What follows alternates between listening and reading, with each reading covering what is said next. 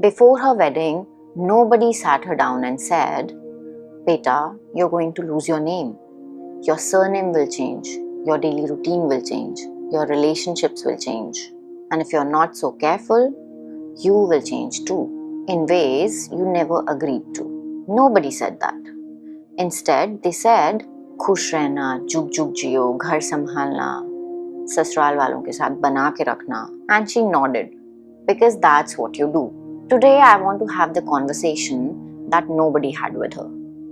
The conversation that nobody had with most of us. The honest, real conversation. What happens to women after she gets married in India?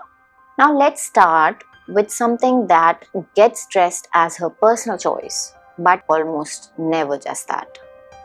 Her career. World Bank data reveals employment rates for Indian women drop by an astounding 1/3 after marriage, even when children are not in picture. 1/3. Meanwhile, her male counterparts experience what researchers call marriage premium, with employment rates actually rising by 13 percentage points after marriage. So marriage gives him a career boost and takes her away. And we call this family values. She relocated to his city. She adjusted. And she was told that you can restart later. But that later becomes never. Or perhaps it becomes so small that it does not look like a dream anymore. A 2025 systemic review of research on Indian women confirmed women still face profound social, cultural, professional challenges after marriage that fundamentally limit their progress and identity. Not her ability, her identity. Now I want to talk about something that seems very small, but it is not small at all. Her name. The day she got married, her surname changed. And in many families, even her first name changed. अब से ये प्रिया नहीं लक्ष्मी है. And nobody asked her. Nobody explained what it meant. Your name is not just what people call you. Your name is the first thing that you ever had. And we simply give it away as the part of our wedding package, without having a conversation of what it might cost her on the inside.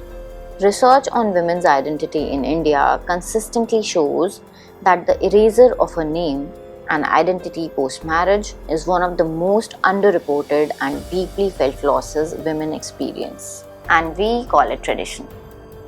Now let's talk about what happens inside. In India, about 2/3 of married women are victims of domestic abuse. 2/3.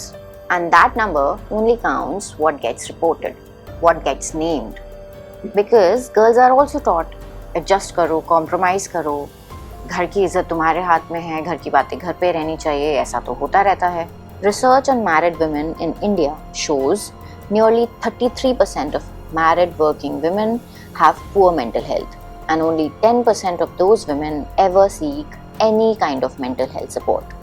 1 in 3 and 9 out of 10 suffered in silence because nobody told her that your mental health mattered as much as the marriage did. Everybody told her, सबके घर में ऐसा होता है, time के साथ सब ठीक हो जाएगा, थोड़ा सा संभालना सीख जाओ. And she believed it because nobody gave her a different script. So today, let me say them now. The 5 things every daughter deserves to know before she gets married. 1. Your happiness is not negotiable. A good marriage requires compromises. But it is two-way road.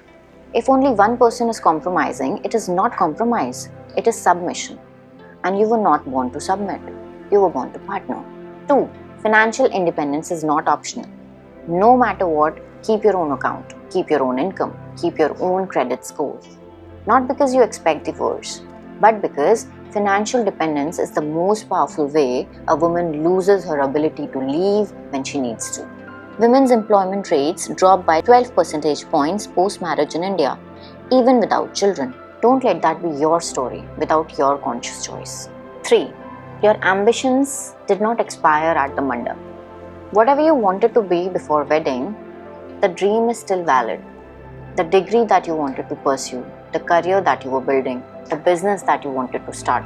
Marriage is just a chapter in life. It's not the last page. 4. Loneliness inside a marriage is real.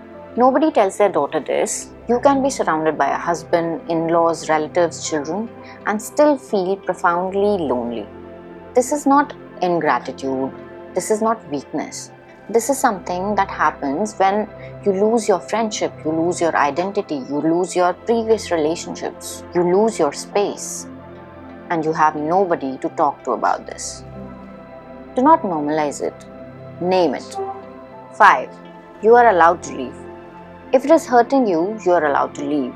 Not after 7 years, not after the kids grow up, not after you have tried everything.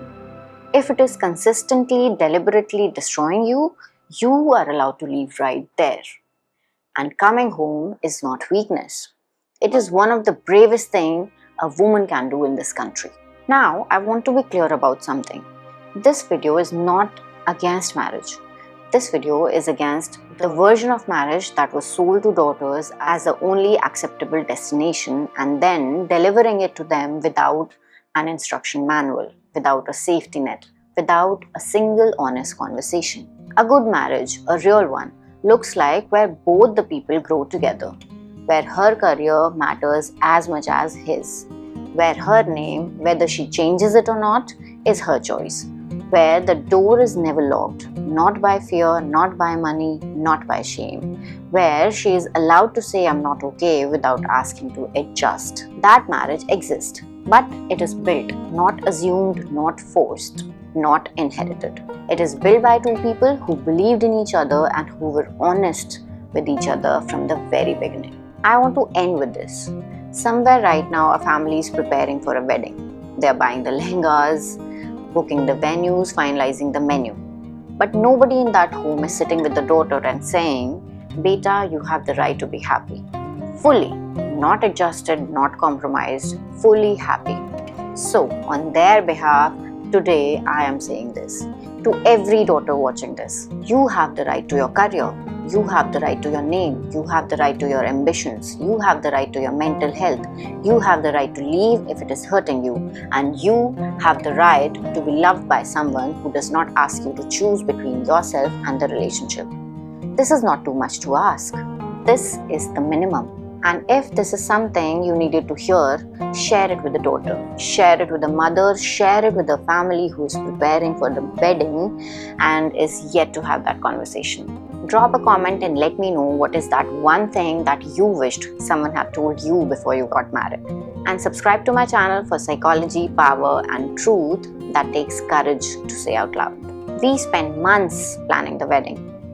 We spend no time preparing the daughter. And that ends here.